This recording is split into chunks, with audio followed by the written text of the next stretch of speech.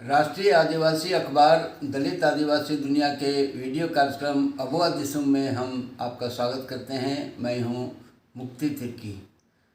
आज हम असम कोकराझार के सांसद नव कुमार सेरानिया साहब से बात करना चाहेंगे।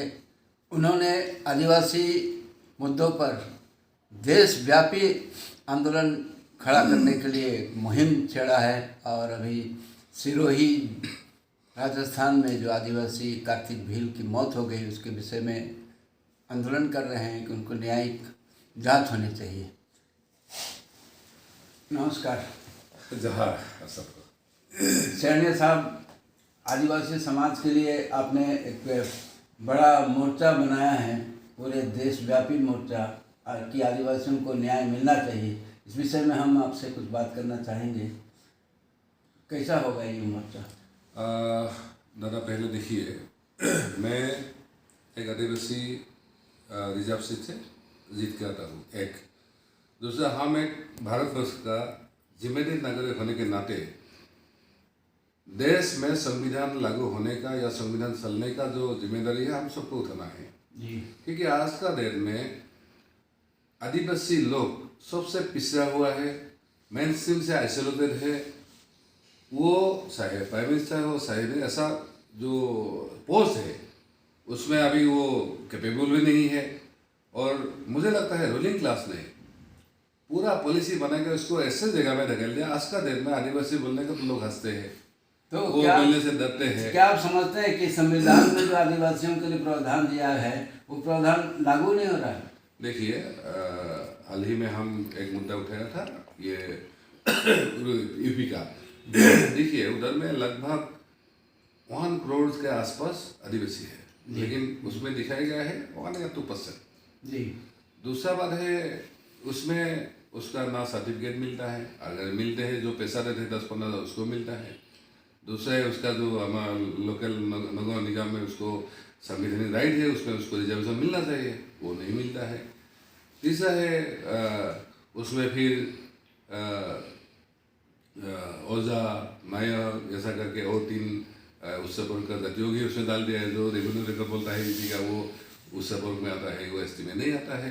तो ऐसा करके ये सब नमूना है। ये तो यूपी का बात हुआ। छत्तीसगढ़ में, झारखंड में, पश्चिम बंगाल में जहाँ पर एसटी को रिकॉग्निशन मिला हुआ है वहाँ भी तो यही स्थिति है।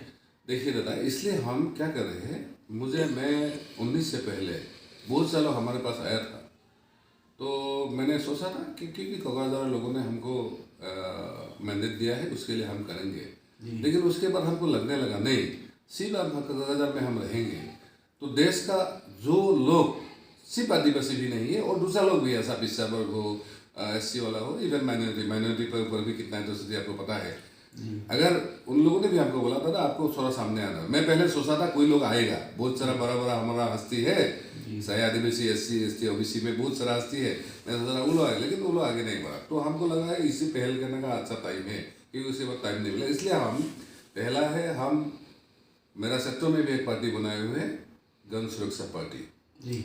और मैं दावे के साथ बोल सकता हूँ आज का डेट में अगर कोई बहुजन का सीट से जीत के आया तो मैं हूँ।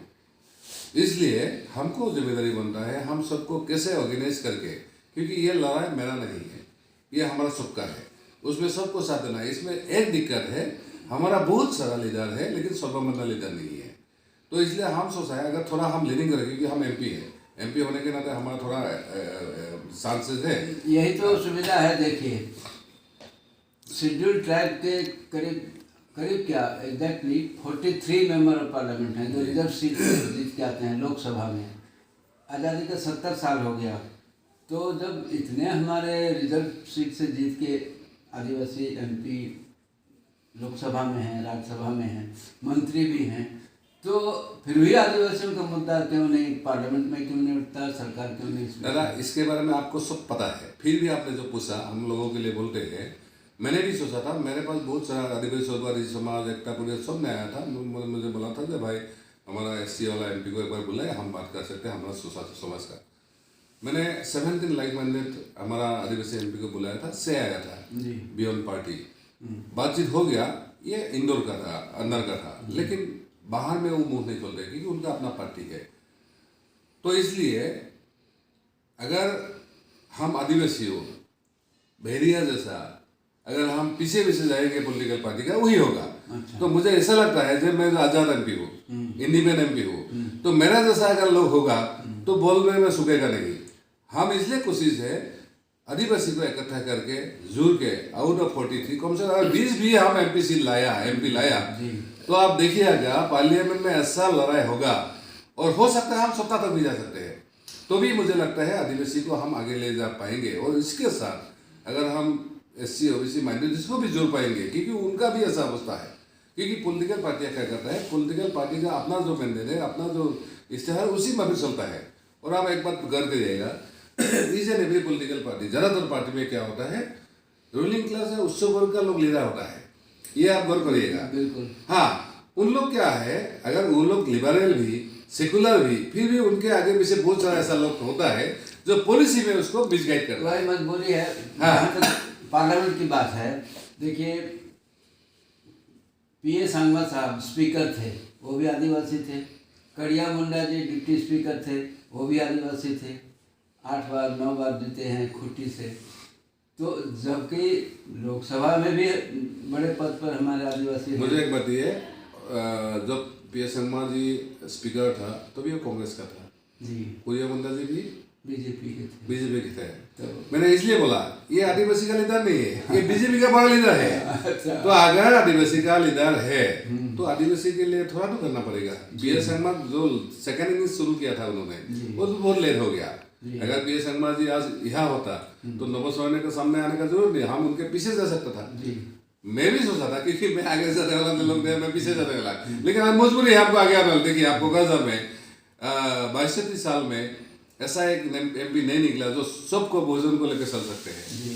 उसमें हमारा मोदो का ऐसा क्लेश लगा दिया तो नवोसैनिक का सामने आना पड़ा। आप देखिए हम आने के बाद धीरे धीरे शांति भी आ गया, लोग भी एक साथ चलने का प्रैक्टिस कर रहे हैं। तो मुझे यही लगता है अगर मैं कोकराझार जैसा क्षेत्र से सबसे चैलेंजिंग सीट था भारत का, जहाँ हजारों लोग मारा गया, ईच एंड एवरी कम्युनिटी का, वही से बिलोंग करके हम यहाँ आता। तो मैंने तो बोल दिया है लोगों को, अगर मुझे मेरे कोकराझार क्षेत्र के लोगों ने हमको यहाँ तक पहुँचा दिया, अगर हम साथ इकट्ठा हो गया, आप सिर्फ आदिवासी 43 का नहीं है जी, हम भारत वर्ष का आउट ऑफ 43 सीट से कम 300 सीट हम ले सकते हैं। ये जस्ट शुरुआत है, ये जस्ट शुरुआत। आप देखिएगा 2 या 7 साल के अंदर ये ऐसा बदलाव लाएगा। हम इसलिए बोल रहे हैं, हम सिर्फ आदिवासी के लिए नहीं, सारा लोगों के लिए एक महापरिवर्तन यात्रा शुरू करें। महापरिवर्तन। शरण्य साहब बहुत बहुत बधाई हो। तो ये आज और एक बार हम इसलिए आपको सप्लीमेंट करना चाह रहा हूँ 21 तारीख को जी जंतर मंतर में हमारा सिरोली में राजस्थान का जो कार्तिक भील भाई का कुछ मावाली गुंडों ने पीट के ऐसा करके बेरहमी से मारा है, उसके विरोध में हम धरना करने जा रहे हैं। उसमें मैं भी रहेंगे, हमारा आदिवासी विकास परिषद के नाम पे होगा। और इसमें और एक संस्था है जो बहुजन सचेतन मंच बोल के हुआ है, सारा देश का लोगों को जोड़ने के लिए, वो भी जो उस संस्था का भी लोग जोड़ेगा। और इवन हमारा GSP पार्टी का भी उसमें सपोर्ट रहेगा। तो आइए हम सब लोग आके यहाँ थोड़ा हमारे सारा विषय पर मंथन भी करें और हमारा राष्ट्रपति जी या होम मिनिस्टर, प्रधानमंत्री जी या उधर का जो गवर्नमेंट है उसको भी हम ज्ञापन भेजें, ताकि कोई आदिवासी हो, कोई पिछड़ा वर्ग हो, कोई SC, कोई दलित, किसी के ऊपर ऐसा जुल्म ना हो जिसमें उसको जान गंवाना पड़े। आदिवासी आवाज़ बुलंद होगी और हम कामयाब होंगे। जय